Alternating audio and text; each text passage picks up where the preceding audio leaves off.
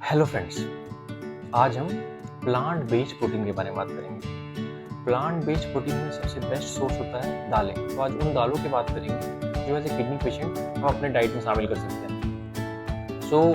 क्यों हमें इतना ध्यान रखना है प्रोटीन का? क्योंकि जो भी हम प्रोटीन खाते हैं वो क्रिएटिन बनाता है और ये क्रिएटिन हमारी किडनी पर एक्स्ट्रा लोड डालता है। तो अब क्रिएटिन होता क्या है? पहला क्वेश्चन आता है आपके माइंड में, क्रिएटिन होता क्या है?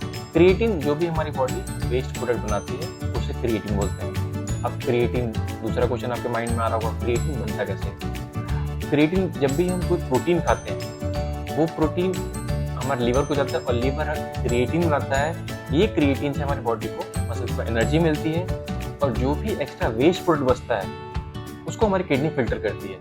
तो अब जैसे हम जैसे लोगों जिनकी किडनी खराब है वो किडनी फिल्टर नहीं कर पाती है, तो हमें कोई भी प्रोटीन खाने से पहले 2-3 चीज़ों का ध्यान रखना है। सबसे पहले हम जो भी प्रोटीन खा रहे हैं वो पहला ईजिली डाइजेस्टेबल होना चाहिए, वो हमारी बॉडी ईजिली डाइजेस्ट कर सके।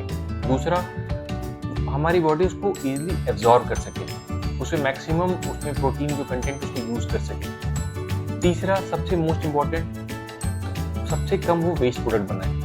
लेकिन जब अगर हम बात करें नॉनवेज की, उनमें सोडियम कंटेंट, क्रिएटिन कंटेंट बहुत ज़्यादा होता है, इसलिए प्लांट बेस्ड प्रोटीन सजेस्ट किया जाता है। तो अगर प्लांट बेस्ड प्रोटीन में सबसे बेस्ट बात ये कौन सी दाल सबसे बेस्ट है, तो सबसे इसमें अच्छा आता है मूंग की दाल।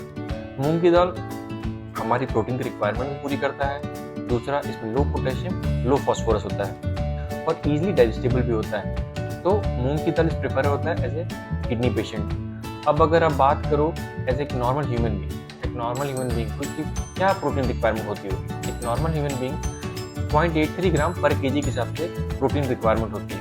अगर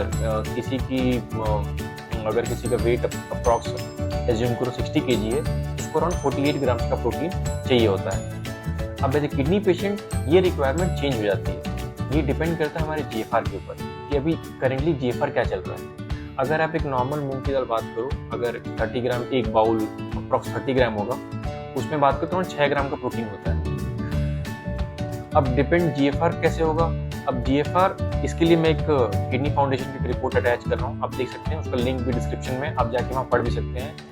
ये आप अपने डॉक्टर से पूछिए, आपका डॉक्टर रेकमेंड करेगा कि आप कितना ग्राम प्रोटीन ले सकते हैं, उसके अकॉर्डिंग आप एडजस्ट कर सकते हैं कि आप कितनी मूंग की दाल लें और ये अदर सोर्स ऑफ प्रोटीन आप ले सकते हैं। दूसरी, अगर आप मेरे से बात करें तो दूसरा बेस्ट दाल है, इसमें आती है तुअर की दाल। तुअर की दाल सारे कंपैरिजन में बेस्ट है एज कम्पेयर टू मूंग की। प्रोटीन कंटेंट भी अच्छा है, डाइटरी फाइबर्स भी अच्छा है, लो कोलेस्ट्रॉल है, बट एक ही प्रॉब्लम है, इसमें पोटेशियम का कंटेंट। इसमें पोटेशियम का कंटेंट बहुत ज़्यादा होता है। अब पोटेशियम का कंटेंट है तो ये किडनी के लिए प्रॉब्लम होता है। तो हमें क्वांटिटी का ध्यान रखना है कि जब भी आप, अगर इवन मूंग की दाल हो या, क्योंकि मूंग की दाल में पोटेशियम फास्फोरस होता है, ऑफ कोर्स कम होता है एज कम्पेयर टू तुअर की दाल, बट होता तो है। तो हमें वहाँ क्वांटिटी का ध्यान रखना है जिससे हमारा पोटेशियम इम्पैक्ट ना पड़े।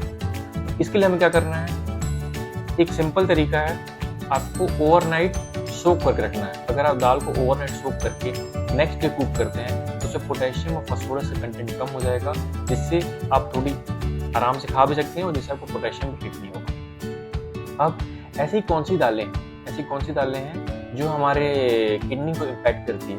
सबसे पहला है उसमें चना की दाल।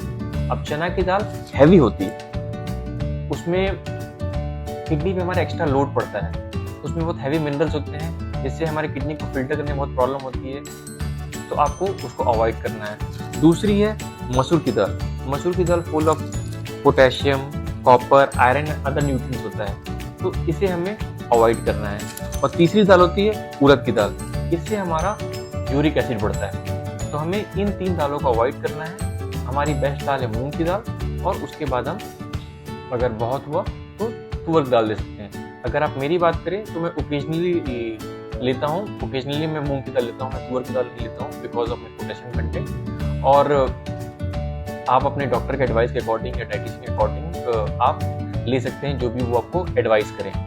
अगर आपको ये वीडियो अच्छा लगा है please share with your friends, family, colleague या दोस्त, पर्सन हु किडनी की बीमारी अपने डाइट से मैनेज कर रहे हैं, एक्सरसाइज से मैनेज कर रहे हैं। और अगर वो अच्छा लगे तो प्लीज़ शेयर करें इस वीडियो को।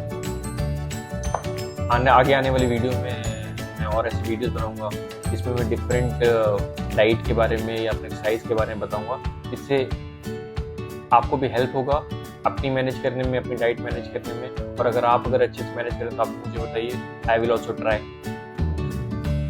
Thank you.